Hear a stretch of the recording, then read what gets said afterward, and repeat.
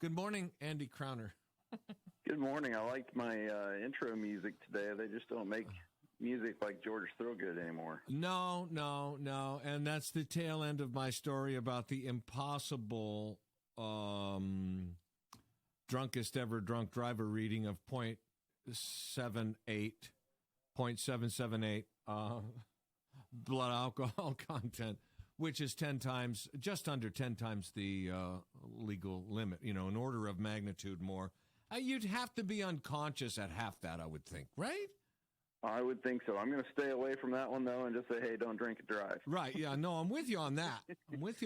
But it also is hard, there's so much fake news. But this is from the PD, not our PD, but in Oregon. Yeah. So, anyway. All right, speaking of the PD, there's some discussion about that. There's no meeting tonight, right? Correct. Yep, no meeting tonight. Had one last week. Have another one next week. I heard we have a couple of officers leaving the West Burlington PD. Is that correct? We do, and that's unfortunately something that happens pretty often for us. We're a small town. We can't afford to pay giant wages. I think we have pretty good wages, though, for our public workers. But, yeah, we're losing 2 officers. One's decided to just leave the profession, move on from law enforcement, and then another one's going to the county, which has become a real problem for us. Why? Because we train them, put them through the academy, and do all that stuff, and then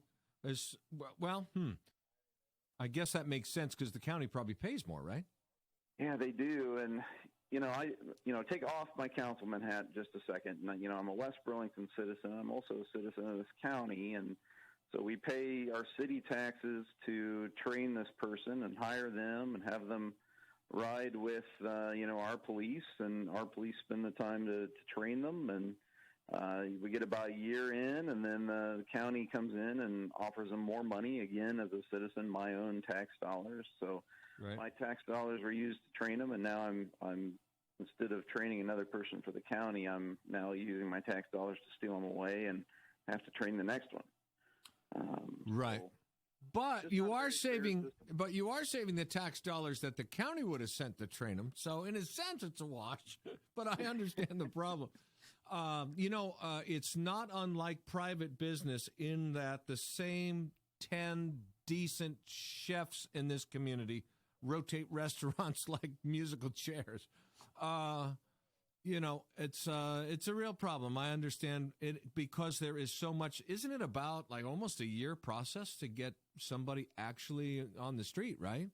Yeah, by the time we actually put them through the academy and then we let them ride with another officer for quite a while before they go out on their own. So it's tough when you get to that point and then you continue to lose officers. And right. I understand wanting more pay, but I think we'd probably need to come up with a few changes that they sign on for X number of years. Or I wish our friends at the county would help us out too. That they don't get moved over there so quickly. Even if we could put a time frame on that, would help us out. So we gotta make some changes there. That's an interesting quandary because we have that in private business too. People, if people can move on and we can't match a rate, I can think of, writing recommendation letters anyway. Because on the one hand, my job is not to hold the person back, and if I can't match a rate that some other station is paying, then that's on me, I guess.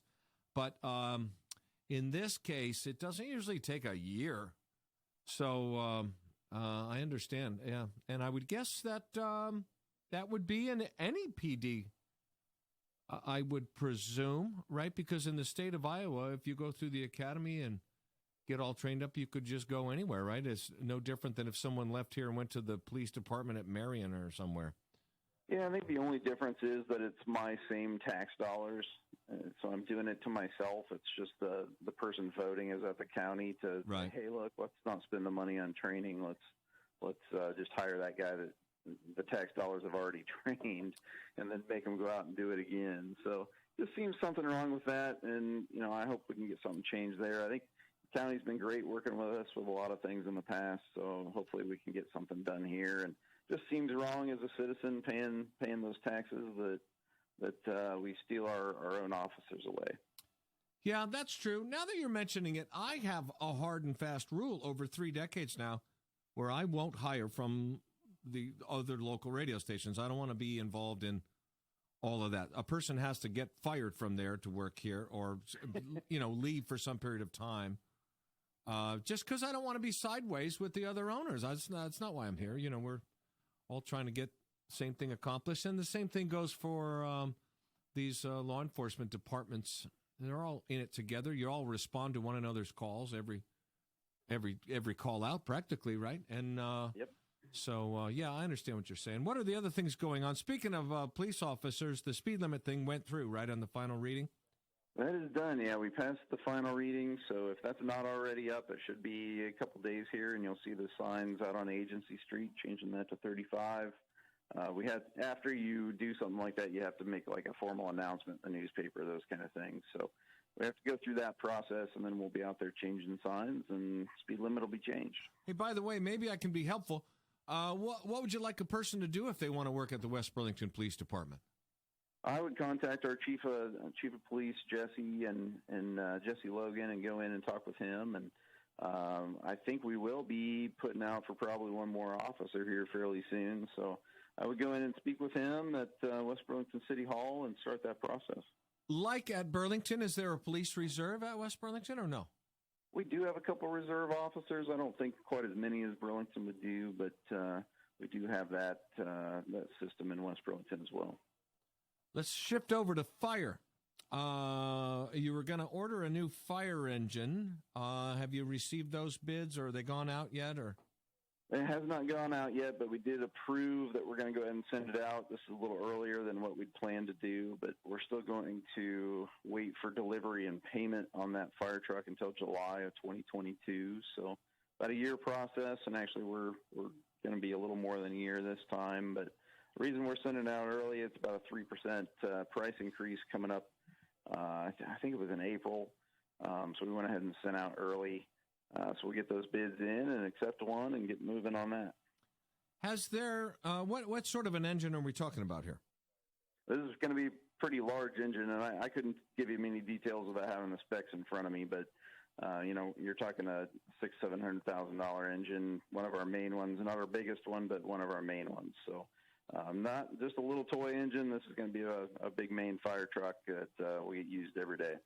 And we had a bunch of rounds of discussions before you getting on the council about the ladder truck that we got predominantly, I think, when the new movie theater expanded and whatever.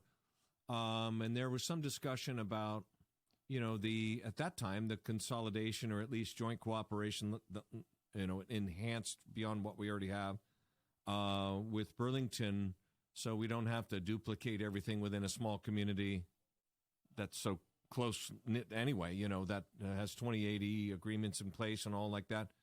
Was there any discussion of that with this? No, not really. And especially on my side, I'm sure other people feel differently. But, I think West Burlington needs to be independent. I love Burlington. West Burlington is the town that it is because of being directly next to Burlington and the size and population that it has. But we need to keep these kind of things separate and make sure we're serving our citizens out here. And we have the money to do it, and we're paying cash for this. And, I love the cooperation that we have on the fire side with not only Burlington, but everybody else surrounding. We all respond to each other and help each other, and it's a very nice system to have.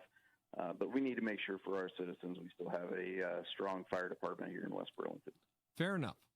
So you mentioned that you're going to deliver and pay for that in July of 2022. Let's talk about July of 2021 for a moment. Do you feel like, as taking the mantle from your father on the 4th of July thing, although you've worked in it yourself forever and a day too, is that going to be a feasible thing this 4th of July for West Burlington? I did get the go-ahead at the last meeting. We are going to move forward with 4th of July here this summer. I may make a few changes, but I think it's time that we all have a little fun and get our life going again. And I think there's some ways we can change some things and keep it as safe as possible, but also, people can make the choice if they want to come up and participate or not. And I just think as a city, we need to be able to continue to do those kind of things. And yeah, it's 4.5 months away, meanwhile. Yeah. So and I don't know what it's going to look like. I'm going to start building it like it was happening today, because I don't know what July is going to look like. Sure. But I think we can do it and have some fun. Yeah, and as you said, I feel like everybody now, a year in, is aware of the COVID techniques to be safe, or whatever the ins and outs of the COVID are. And if you don't feel comfortable attending, don't attend. It's pretty simple. The changes I'm looking, anything where people would maybe be touching the same thing over and over again, like now the children's inflatable jump houses and those kind of things. I think this is probably a year we don't do that, and I'm going to try to have a bunch of other kid activities instead of that this year. That's one that came to mind right away is, okay, that may not be safe this year, so I'm going to find some other things for them to do. Got some other things that I've been wanting to try and just haven't had the time to get done, so I think this is the year for it. So I think we'll grow the event. I think it'll be even bigger. We'll have some great fireworks and some good fun. Finally, something to look forward to. 4th of July at West Burlington. Very good. All right, switch hats for me. Unless have I left anything out about what's going on in the city? I think the only thing we didn't touch on is just that Ramsey no parking zone out in front of the elementary. We did pass the second reading of that, so we'll be looking kind of mid-March for that to go through. No parking on the west side of the street right outside the administration building. Right. All right. Now over to the real estate, Andy Crowner Remax, andycrowner.com information. I got a quote on something. What was it? I think we were redoing the insurance or whatever, and my one of the people actually looked up on Zillow the value of my house to quote insurance. And why are you looking at Zillow? I mean, there couldn't be any less accurate. I mean, I know Zillow is cool and fun and whatever, but not if you want accurate or up-to-the-date information. And they had everything about my house on Zillow was so wrong. It was astonishing. And I said, you got to look at someplace legit. You can't look at Zillow. Is that something that you're running into a lot of times? People will call you and say, I saw on Zillow this, that, or the other, and it's totally wrong. Yeah, I have clients every day, especially on houses that are on the market. They call and say, I want to see XYZ Banana Street. And it's like, well, that sold a month ago. Why are you still seeing that? And it's Zillow and Realtor.com and sites like that are running a couple weeks behind on their data.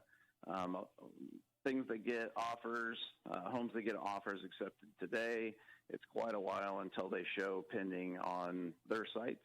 So right. Do have a tool if you want to sign up. We've talked about it before, but if you go to andycrowner.com/KCPS, build a little thing there where you can sign up, and I'll send you up-to-date listings. We have a tool as realtors on the back end, ties directly into our multiple listing service that gives you up-to-date information, and the exact second that a property goes on, you can get an email so you see it. And let me tell you right now, in this market, you need to be acting fast. We have very few homes available, and when a good one comes up, it is sold pretty much immediately. AndyCrowner.com/KCPS. That link is in the chat room at KCPS Radio. And there's other stuff that you can get at AndyCrowner.com. There's all kinds of helpful guides and first-time home buyer things and whatever. Cover some of that stuff for me. Yeah, we've got, especially that first-time home buyer guide, there's some great information in there about $2,500 down payment assistance from the state for first-time home buyers. Just walks you through the whole process. Just free money? Yeah, free money. You got to be first-time home buyer, which they define as not owning a home in the last 3 years. There's some other administration items coming down that may increase that, but that's what is available today. And so there's a lot of information about that. You can sign up free, andycrowner.com, and get all that info and some other tips for buying and selling a home on there as well. Awesome. Now, of course, we had the change of administration, and Biden's been running his mouth. That's disrespectful. Biden has been changing things up and inserting himself with executive orders into every aspect of our lives. Is real estate part of what he's attempting to do? Yeah, there's quite a few changes, and some things he's talked about, some during the campaign, some he's still talking about, and so I won't get into good or bad, but I do want people to know what may be coming. So, big item, he has talked about a $15,000 first-time home buyer tax credit. So wow. $2,500 that you get from the state, which is great. He's talked about a $15,000 tax credit, so it may happen, may not happen, not sure, but he has been pushing that. So didn't Obama try to sort of do that back when? That was available back in like 2009 timeframe after the housing collapse in 2008. So it's happened before to kind of get the market moving. The funny part is that he has another program that kind of goes on the other side of that, because the issue is, well, what house are you going to buy? Because there's not a ton available, and it's even worse in other markets. So another part is the expansion of the Housing Trust Fund, which actually funds construction and rehabilitation of properties to try to get more properties in. So we're gonna push a $15,000 tax credit, but there's no house available. So we also got to fund actually building a house too. So, wow. What about for renters? Yep, he has talked about a tax credit for low-income families to offset the cost of rent. That one, I haven't seen a bill yet on that, but they were talking about up to maybe 30% of rental cost. So it could be something nice for renters if that happens. Effects of that, if that's the cause, there's always an effect, and so you could see some rental prices rise here in our area because of that if it does go through. No bill yet, but could happen.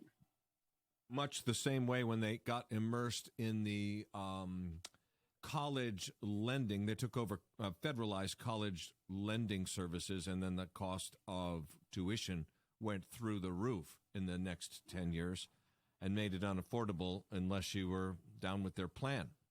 Yeah, one other thing they're looking at is actually redoing the whole credit reporting side, and they're talking about building a new agency that it takes into account other things other than just your income. So, like what? Looking at your rental history. Are you paying your rent on time? Have you done that for several months or a year? And are you paying your utility bills online? And I've also seen a line where they may be looking for what they call other sources of income that's kind of irregular income. And I'm not sure exactly what they're going to do with that, but that's their meaning on this new credit reporting agency. Of course, the purpose, or at least their tagline, is to help on the racial side of home ownership. And so there's quite a few things they're pushing on that side, and they're hoping this new credit reporting agency will help that as well. So racial disparities and such. So they're trying to account for everybody's side hustle, it sounds like, which we don't always report, I can say.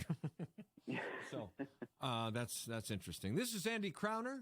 More information at andycrowner.com. He's a realtor for RE/MAX here in West Burlington, and one of the great young new style realtors, with due respect to the established folks. They do it a little differently these days, responding to the market demand of the younger folks who like to do a lot of things online and these kind of things. Andy, you got the last 15 seconds. Yeah, I would just say, as the snow's melting right now, make sure you're trying to get that water away from your house. That water is not your house's friend, so you even need to go out and shovel a little bit of snow away from your foundation. Now's the time to do it. Could make a big difference between flooding your basement or not. Fantastic. Thanks. We'll see you next week. Thank you. Talk to you soon. Appreciate it. AndyCrowner.com.